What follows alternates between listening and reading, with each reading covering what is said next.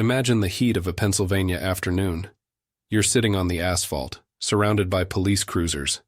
Dozens of rifles are aimed at your chest. But you're not looking at the cops. You're listening to a sound louder than any siren. A mechanical tick, tick, tick. Locked around your neck is a 10-pound steel collar. Inside, high explosives and a complex web of booby traps. This is Brian Wells, a 46-year-old pizza delivery driver. Just 15 minutes ago, he walked into a PNC bank carrying a shotgun disguised as a walking cane. He demanded $250,000. He was calm. He even grabbed a lollipop from the counter before leaving. But now the calm is gone. He's screaming at the officers, "It's gonna go off. Why is nobody helping me?" The police are waiting for the bomb squad.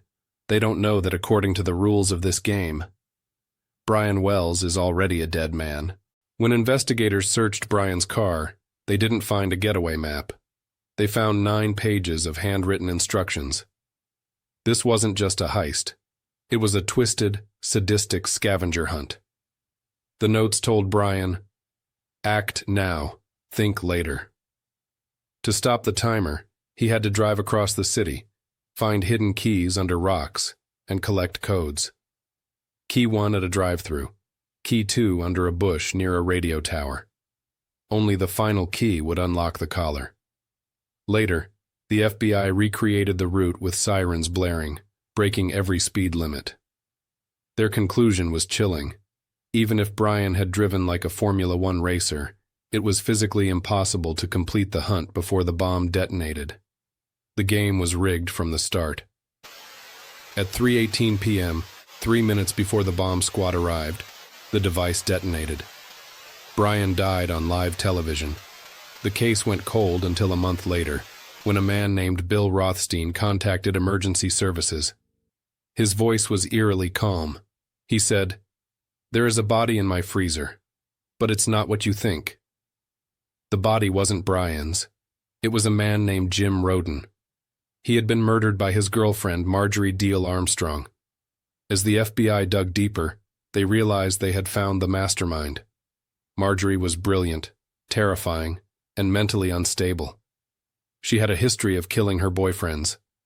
Her motive for the bank heist? She needed money to hire a hitman to kill her own father for the inheritance. Bill Rothstein, the man with the freezer, was the evil genius who actually built the collar bomb and the cane gun. But here's the question that haunts the FBI to this day. Who was Brian Wells? The prosecution argued he was a co-conspirator. They said he sat at the table when the plot was hatched. But there's a catch. Brian was told the bomb would be a decoy, a fake to scare the bank tellers. Witnesses later revealed that when Brian arrived at the radio tower to get the fake bomb, the conspirators pulled out the real thing. Brian realized too late he'd been betrayed. He tried to run, but they held him at gunpoint and locked the steel collar around his neck. In that second, he stopped being a partner and became a hostage. Marjorie was sentenced to life and died in prison, never showing remorse. Bill Rothstein died of cancer before he could face trial. The pizza bomber case remains the strangest heist in American history. A story of how greed turned a simple delivery man into a living, ticking clock. I want to hear your verdict. If Brian Wells agreed to the robbery, does he deserve your sympathy? Or was the betrayal with a real bomb the only crime that matters? Drop your thoughts in the comments. I'm Arthur Vance, and this was a Cold Case Report. Stay safe out there.